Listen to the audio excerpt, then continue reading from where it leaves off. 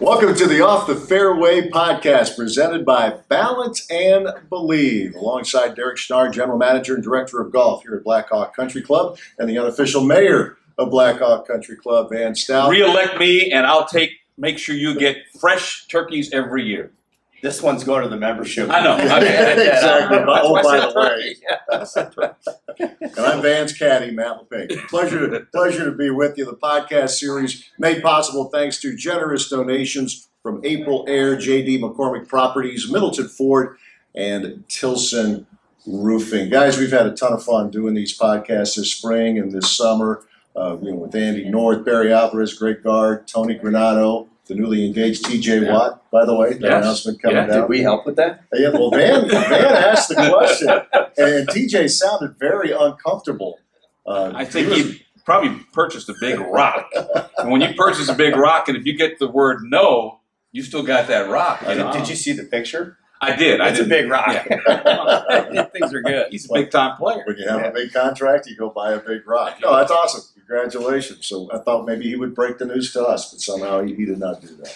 But one of the things that we've been doing with these podcasts is, we open up and we ask you, Derek, what's going on with Balance and Believe. And I think it's important to do a little deeper dive into what the foundation is all about. So let's just maybe square one. What is Balance and Believe, and how did it all start? The question comes up a lot. And I don't know, what is Balance and Believe?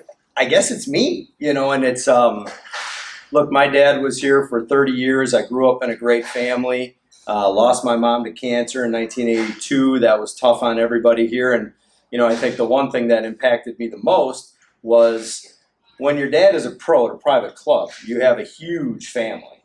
And still to this day, people come up and are like, man, your mom would be so proud and things like that. So it's something you never escape.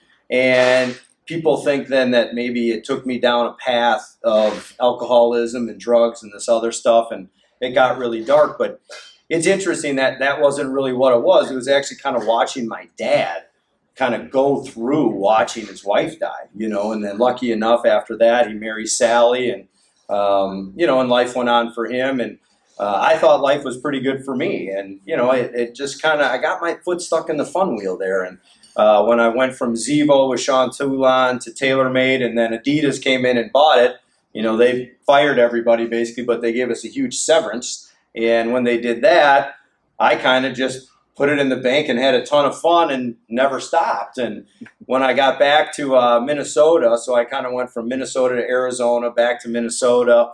And again, everything there was just drink, drink, drink. And in golf, that's the culture.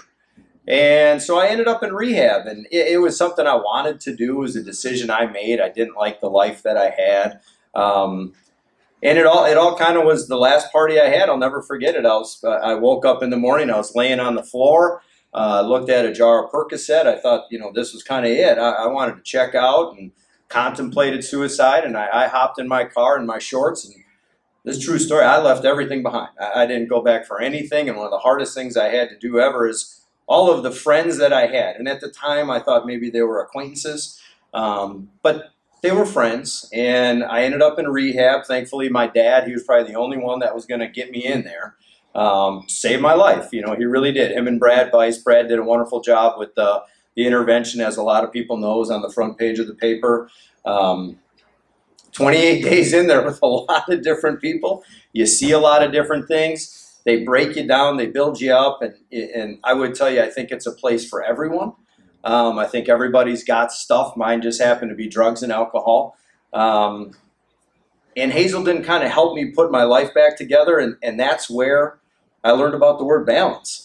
And what it meant for me was very different than what it's going to mean for Van or for you or whatever it is. I know you just went off the grid for a week up to your cabin. Those are things that provide balance for you, And in this day and age, sometimes just escaping is a wonderful thing. And you get out and you kind of, what are you going to do? Well, Brad Bice made me plow all the first choice dental lots and wash the windows. Well, I mean, talk about a humbling experience. Your dad's running a private country club. Life's supposed to be great. But that was a year where I got to just kind of think, who am I? What do I want to do? Came up with the word happiness, and it was just put your head down and we're going to go find that. And I ended up at Vitence.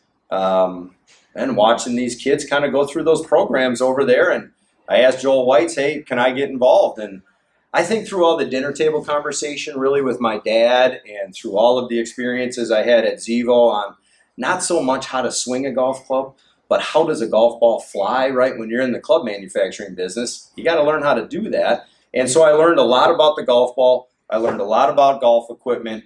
And from there, I was kind of different, right? I wasn't, what does your body do?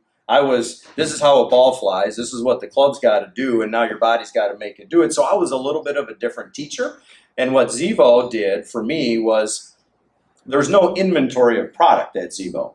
So you have to do demo days. That's all me and you sitting on the range figuring out what you're going to get. So it's really just you sitting there selling product for other pros. And I got lessons from every single pro up there in Minnesota, North, South Dakota. That was my territory.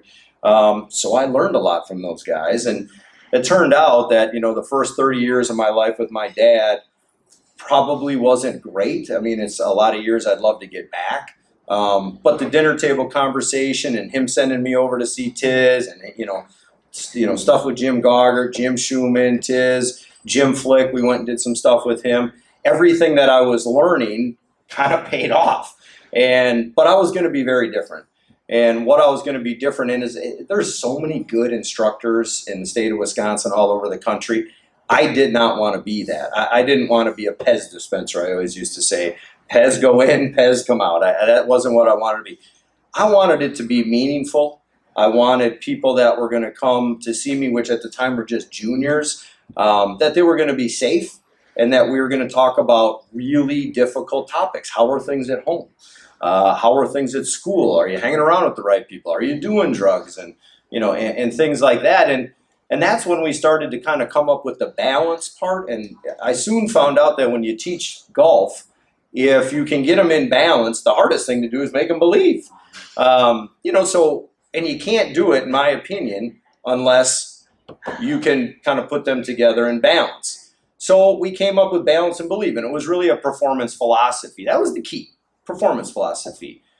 And the piece that I thought we were missing for the balance for the kids was the give. And that's where the foundation comes in. And so my wife and I were sitting around in an apartment with a dog and a baby looking at each other, kind of going, what the hell we get ourselves into here? And we started just talking about, I think we can impact kids. And I think we decided we were never going to have a lot of money. We weren't interested in being rich because we had watched what money had done to other people. And we were going to get rich in relationships. And so that was what our entire life was going to be about. And that gave us balance and believe, the academy and the performance philosophy. Then it gave us balance and believe, the foundation, which is, what this podcast is all about right now. So it's really about the journey that I had that created a philosophy to hopefully help people get a little bit better at life.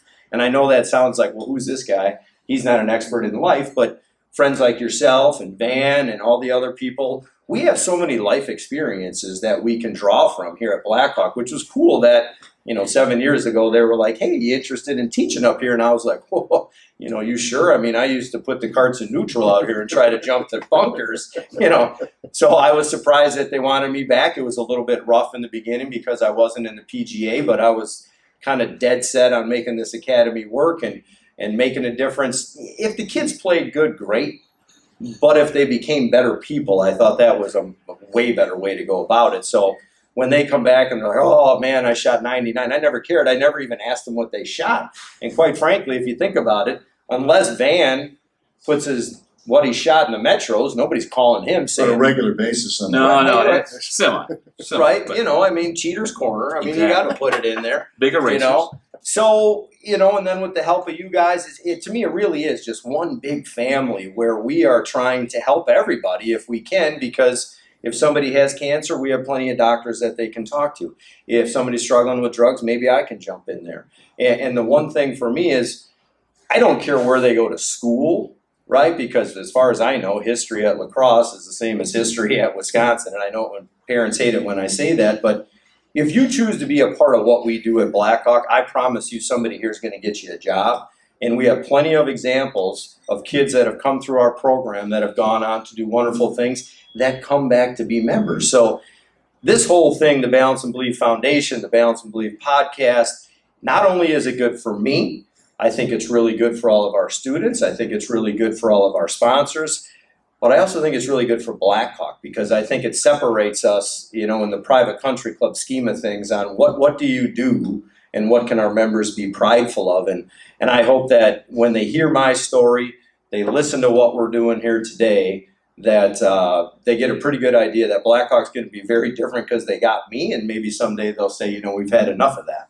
But it has a golf-centric theme, and there's nothing wrong with that. We all love the game. But what if my son or my daughter is a soccer player or a football player or a basketball player, or they just want to be better academically in school? Can they, and how do they go about being a part of the Balance and Believe Foundation? I mean, do they just call you, hey, Derek, I might need your help. I might need your help. It could be in the classroom. It could be on the gridiron. It could be on the ice. Yeah. It's definitely not sports specific. This is something for everybody. And sure, it might be strange that somebody calls me up and says, hey, my kid's playing soccer and maybe they have something wrong with grades or whatever. Look, you're going to get me, and hopefully in some way, somehow, I'm going to inspire you with my story, and then I'm going to motivate you to just be a little bit better. And I promise you I'll be able to find somebody for them to talk to, so that maybe they can get on a better path with life. And that really is what it is. I mean, if you're driving around right now, I don't know really what's going on, but it does seem to me like people are kind of mean. They're edgy. Well, they are, right? We just came out of this pandemic. I mean, people had to go back to work. There might have even been a thought nobody was going to have to work again.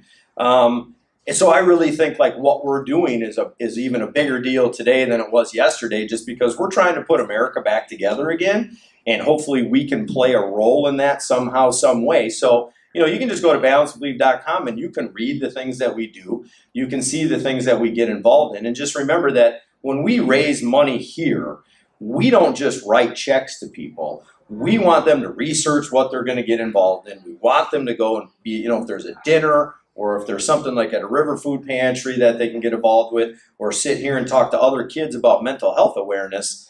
If we get one kid out of that whole deal with depression and anxiety and everything that is just really on our plate right now as Americans, I just really hope that people can look at us and say, hey, maybe my kid's not a golfer, maybe my wife's not a golfer, maybe my husband's not a golfer, but maybe Blackhawk's a place that we should think about to do some stuff with our family and come out and have some fun with everything that we have going on. And sure, we try to blend it in, and it is, how do you define what balance and believe is? And it just is about, what can we do to provide some balance in your life, and can we make you believe in yourself a little bit more? But I think there's another aspect, too, that, you mentioned Christina, and that's an integral part of it as well in terms of being physically fit, both mentally fit.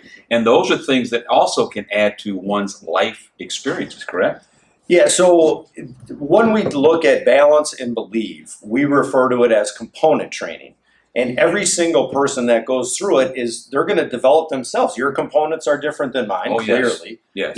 Matt's are different I didn't know I had any components, but that's okay. But we're going to try to give you a list of 25, 30, 40 different things that you might want to evaluate, from nutrition to fitness to how you doing, mentally. How's anxiety? Are you taking medication right now? Maybe there's a different route to go about it. You getting out for a walk? Do you like where you work? And teaching people that, life is really what you choose to make it. But really, so many people are just 8 to 5. They're not very happy, and then that kind of spirals down into if they have kids and different things like that. So, look, figure out what it is that makes you happy and go for it. And whatever that is, if you go home and you want to throw the ball with Arnie and that makes you feel good, man, put it on the list and make sure that it happens. It may seem somewhat trivial, but that's something that makes Van feel good. So we're going to help you uncover that, and then we're going to help you try to build the best version of yourself. You've touched on it here a little bit about how the foundation fits in, and you've talked about it in some of our other podcasts and how smart some of these young boys and girls are, and the ideas that they have, right? Yeah, and I hate to say this, but, my daughter was sitting there and we're watching the presidential election, and she looks to me and she goes, "These are my choices?" And I was kind of like, whoa, she's 12 years old and she's like, man, there's a lot of people out there, or whatever. So they are alert, they get information at a much faster pace than I ever got it before. And they know what to look for on the internet too. So it's just changed. I mean, everything is at their fingertips. They come up with ideas that I've never heard of before. And, so our goal is to say, look, we're going to do everything we can. Matt's going to show up. Van's going to show up. We're going to get some guests in here. We're going to try to get some sponsors to raise some money so that you guys can make a better future for yourself. But we want you to make the decisions. We're not going to say, hey, this is what we think is the best for you, because quite frankly, they're looking around right now going, what is going on? And it's weird for a 12-year-old to say that. But a 12-year-old right now, in my opinion, is more like an 18-year-old. Like when in the 80s, when I was 18, I didn't have any of the information or access to the information at the rate they can get it. So they're just wicked smart, and they get together and they talk about these things, and they know when people are hurting. They know when we give rent relief, when they find out a friend of theirs, maybe parents lost a job during the pandemic, and they're like, we need to pay a mortgage over there or something. They're very keen on what is going on, and you're like, whoa, I mean, scratch your head a little bit. But, and that's what this is all about. So when members at Blackhawk see the Rocks on 5, or when members see out here there's a tent for mental health work, that's not me, and that's not the adults. That's the kids saying, hey, we're paying attention, we're listening, we got some ideas, and we'd really like to be heard. And because of the Balance and Believe Foundation, everything kind of takes money. They have an avenue to now do some of that. One of our members' sons is a very good hockey player, an aspiring golfer to boot, and he was telling me a story the other night that his son was so stoked. They had the junior program out here, and they were playing the 9 holes or whatever it is, and the young man didn't even care about his score. He was so excited to tell his dad that we raise money that we're going to give to needy families, and to have a 10-year-old or an 11-year-old think in those terms, because I can remember barely going back to 10 or 11 years young. I wasn't thinking in situations like that. And to have that person who's coming through the junior program here and to understand all of the facets that you are imparting to these young people in terms of the balance and the belief in their own lives, and to hear this kid tell his dad it was better for them to be able to give back than it was for him to report his score to his dad. It was like, holy smokes. Yeah, and that was a really cool day on the range. We put a bunch of nets and targets up there, and we said, okay, every time you get it in one of those circles, it's $10 for the Carbone Cancer Center. And kids were flying them in there left and right. And then I had all my instructors go up there, and we didn't make any, right? Go figure that one. We're teaching them how to do it. We can't do it ourselves. And, he's good. Dawson Conifer is who you're talking about, and that kid can really play. And afterwards, I mean, Mark came up to me the other night when we were having dinner. He goes, I just want you to know, all the way up to the lake house, all Dawson was talking about is how we raised some money to help with cancer research. I mean, it gets you teary a little bit, right? Because you're out there teaching golf. You think you're doing good things. And then when that happens, I actually had a kid show up the other day. They passed their level. They made $10. Their parents give them $10 every week for allowance. They gave the $10 on top of it so it could be $20. So we're teaching kids, you got to give to get. This day and age, kids are walking around with their hands out. Hey, they won't ride their bike to come to a lesson right now, right? Schnarr would be like, hey, put the clubs on your back. You're going down. You figure it out. Well, it's raining. Or, well, hey, the brakes might not work so good on that 10-speed, but figure it out, right? That doesn't really happen right now. And it's actually gotten to the point where if the parents don't drive the kids, it's like they're bad parents or something. It's just gotten a little bit crazy. We sit there, scratch our heads. What's next? Do we tackle this? Is it my generation that's responsible to make these kids understand it's not a free lunch? We're doing a pretty good job of it right now. We'll continue to do it, but we have to be sensitive to it with the environment right now, because we're a little bit different. Hey, can we take a cart down to the range? No, you walk. And what do you mean? And I saw the middle finger on the way down the path. I'm watching always. You tell Van's always walking up. He'll walk 36. I walk down, I walk back. Okay. On Sunday. Well, it's not great when Van's walking and they look at him. They're like, "Do we look like that?" This is what's going to happen. It's not a great example, but where's the bullseye? It's just a continuous roast. There you go. There you go. It's awesome though, because you're kind of touching on the ultimate goals, balance and belief. Because in a time where it's a lot of, hey, what can you do for me today? This is role reversal. This is 12 to 18-year-olds or whatever the age group we're talking about. They're going to get something out of it, but they're giving a lot to it as well. They are, and the interesting part about it for me, and I really hope everybody that has been successful and donates to other charities. Look, we're just kind of like a third party. We're not saying if you want to donate a bunch of money to Carbone, maybe go through us, because not only are you giving a gift to Carbone, but you're giving a gift to that kid to give a gift. Yep. And that's the most powerful part, you know. So if there was any message from me to potential donors or sponsors out there is, look, we don't take any of the money. Nobody gets paid in our foundation. Everything passes right through. We'll give some scholarships. Coming up here at the Sherry Steinhauer Invitational, we give a $10,000 scholarship. This year it's for Lauren Shorter. Here's Lauren Shorter.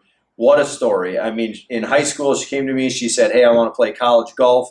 She wasn't good enough at the time to do it. She worked her fanny off. She ends up getting a scholarship to go to Green Bay. She kind of tears her meniscus. Kind of the same story with Charlie Danielson. It's never going to be okay. That girl went to practice every day for 3 years. We finally got something that took down there. She got something from a cadaver, however it works. And we're going to do a scholarship in her name for 10 grand so that kids understand, look, you're going to face adversity and you're going to face challenges. In this day and age, the snowplow parents, I call them, just plowing down all the obstacles all the time so that the kids never face adversity. Right now, when you watch them in life and you watch them on the golf course, that's what they're missing. They don't have enough challenges in their life, so when they do make a triple bogey or they do hit it out of bounds, when they react, you're like, we need to somehow provide more challenges for that person, and those are the things that I hope we can do here, is show them that, but then at the end be like, hey, if we can keep raising money, we're going to keep showing these kids, you work hard, you shoot some low scores, you do what we think is the right thing to do, because golf's the ultimate sport, right? I mean, you're out there by yourself. I mean, if you choose to move your ball or something like that, that's integrity. You know, it's just, it exposes you. I tell Van all the time, people say it builds character. I actually think it reveals character. I like that. You know, Yep. and when that happens, now we're really getting somewhere. And when people go to work out with my wife, when these kids are so tired and she's like, 10 more crunches, you can ask them anything and you can get right down to the dirt of them, right? When they're just hitting balls with me, they're usually so mad it's going crooked that they're not going to tell me what's going on at home or with a girlfriend or something like that. But I'll get home at night and she'll tell me everything about what went on. And that helps us, you know, Humpty Dumpty falls off the wall. We got to put Humpty Dumpty back together again.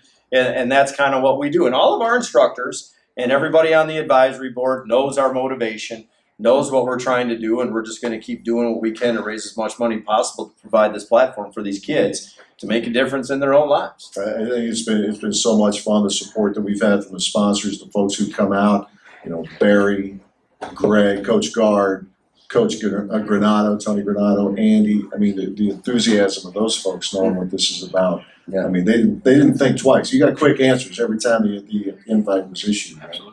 Yeah, it's pretty cool, and I couldn't be more thankful. You know, I'm on 16 years of sobriety. I never thought we'd be able to pull myself out of the abyss and sit here with you guys and say, man, we've raised a lot of money, we've changed and impacted a lot of lives, and I couldn't be more thankful for mine. I can tell you I didn't think I'd get married. I didn't think I'd have kids. I sure as hell didn't think I'd end up at Blackhawk Country Club, man, after what I did here in the 70s, 80s, and 90s. I'm glad people maybe forgot now. I don't know, but it's been a really cool run.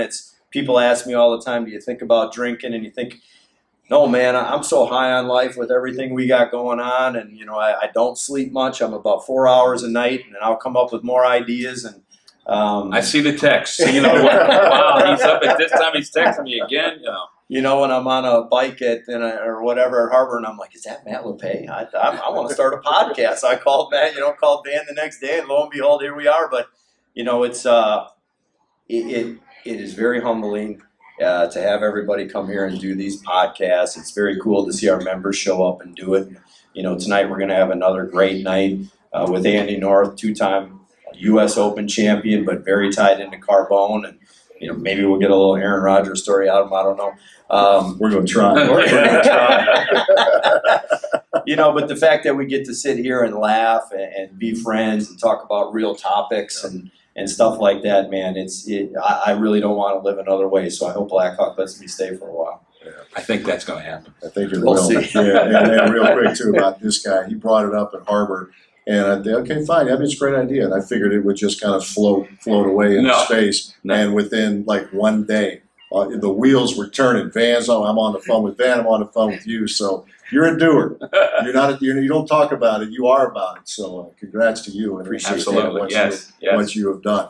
The Off the Fairway podcast presented by Balance and Believe, all made possible, again, thanks to donations from great folks, including April Air, J.D. McCormick Properties, Middleton Ford, and Tilson Roofing. We thank you for checking us out. We invite you to keep checking as we have podcasts throughout the summer. And if you haven't had a chance to check out some of the earlier ones, they're on the podcast page on balanceandbelieve.com.